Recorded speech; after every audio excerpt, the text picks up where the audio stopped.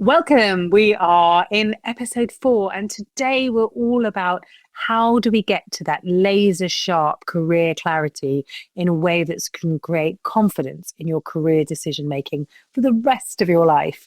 So, we're going to be exploring with you how you craft together your design statement that's going to be your navigation system for career decision making.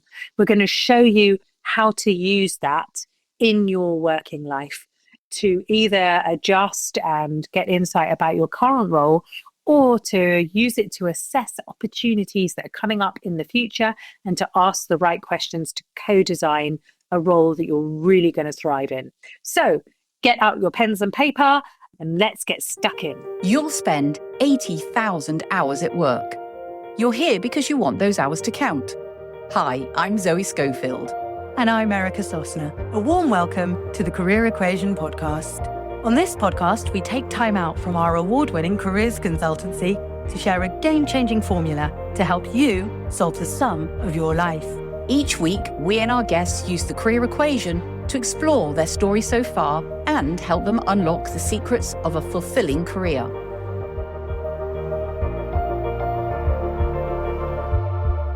Welcome back, everyone, to our Career Clarity mini-series, and we're already at episode 4. It's fantastic.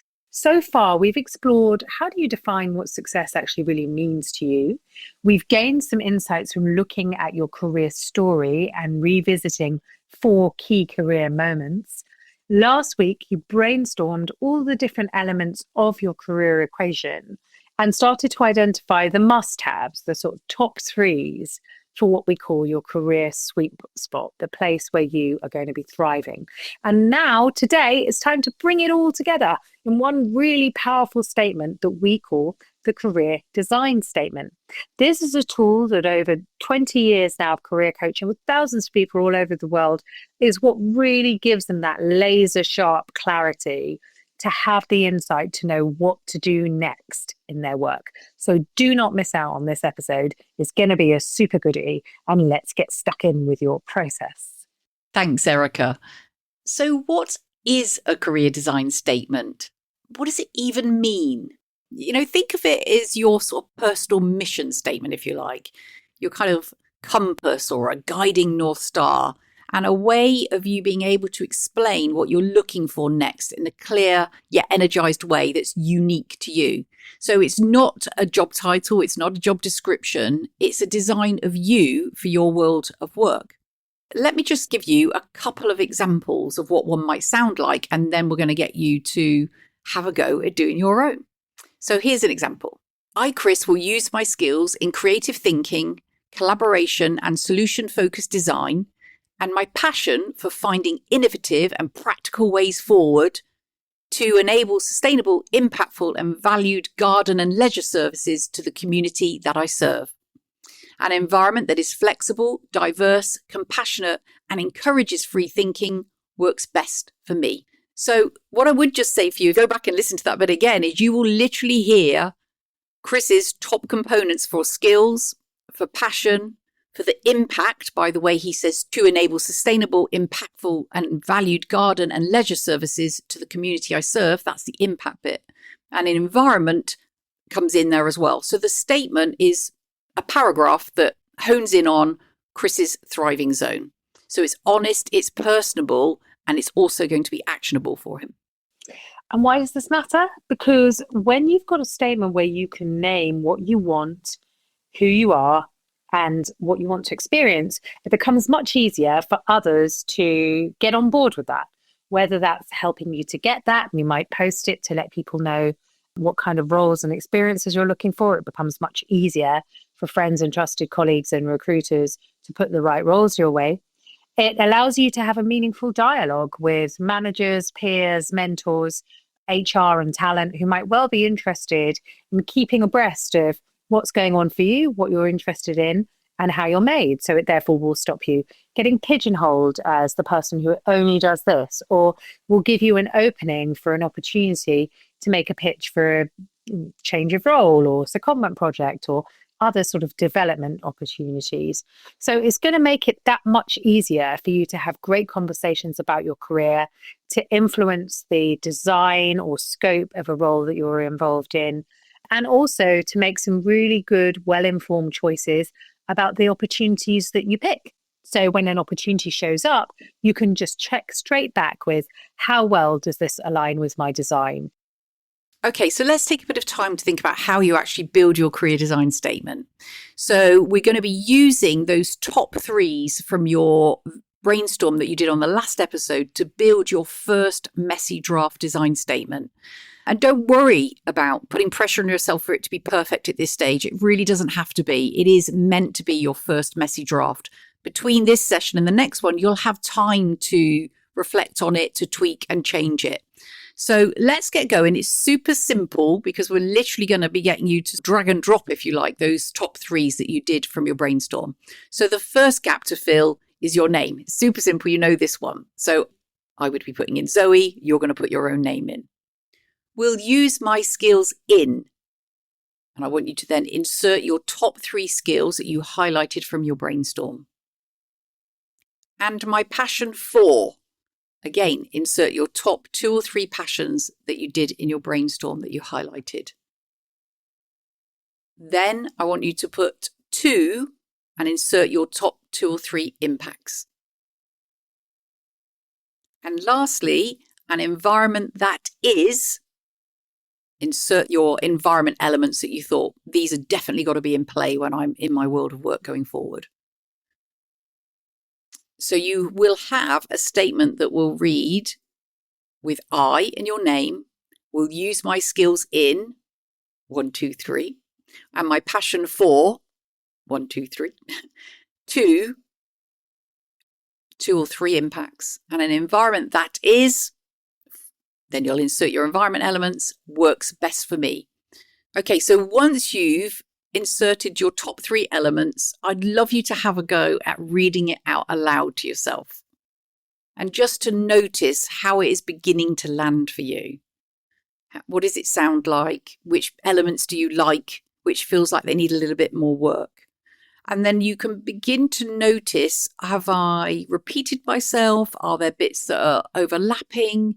Is there a better way for me to phrase this? For example, in my statement, I used to have, when I first did my messy draft, use my skills in coaching and facilitation and training. And now I say creating positive learning environments.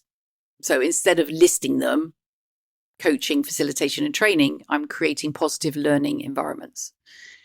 So you may find a phrase or something that speaks to you rather than the individual elements. But that's stuff that you can work on from between now and the next episode. If you'd like a template for setting up your career design statement and you don't have our downloadable workbook, you can go to the website and check out the Career Equation Builder. It's a really simple tool that allows you to drop in your top threes and spits out the design statement for you. So do feel free to give that a go. It's on the Career Equation website. And again, we'll drop the link in the show notes. And remember, folks, look, it doesn't have to be perfect. What we're trying to do is to get to what we call a messy draft, a working draft, and then you can revise from there. So if you have got yourself to a working draft, congratulations, that's a really good start. So here are your actions. Number 1, sleep on it. Just take a little bit of time and rework it if necessary until it starts to look and feel like you. We can help you if you share it with us. You can go to the Career Equation Facebook group. You can send us a message on Insta. You can email us through the website, the podcast, connect with us on LinkedIn, and we would be delighted to see your drafts and to help you finesse them. So write out your career design statement. And once you think, I'm 70% happy, then I'd like to dare you to share it with one person that you trust. And you get bonus points if you then ask them, does this sound like me? It's very important to speak these things out because when we speak them aloud, we start to make more sense of, does it look and feel right? It needs to be in language that you are comfortable with. Now, once you have the statement, I want to give you an extra activity, which is to take a moment to score the role you're in right now. take each element of the design statement and give it a score with marks out of 10. So say, for example, you've written the skill problem solving, score that from 1 as the lowest and 10 as the highest. Am I using my problem solving ability to the highest level? Or is there some form of untapped potential around that? Or I have more time to use that, but I don't get the opportunities. Give it a score between 1 and 10 and do that with all the skills, all the passions, all the impact outcomes, and all of the environmental factors. This will give you a huge amount of insight about the role you're in right now and where the tweaks on the dial might be in terms of untapped capacity or where the frustration is in the role. So often as career coaches, we see people jumping straight out of something and just saying they never want to do it again and going off somewhere else without being able to really fine tune what was it that was working or not working.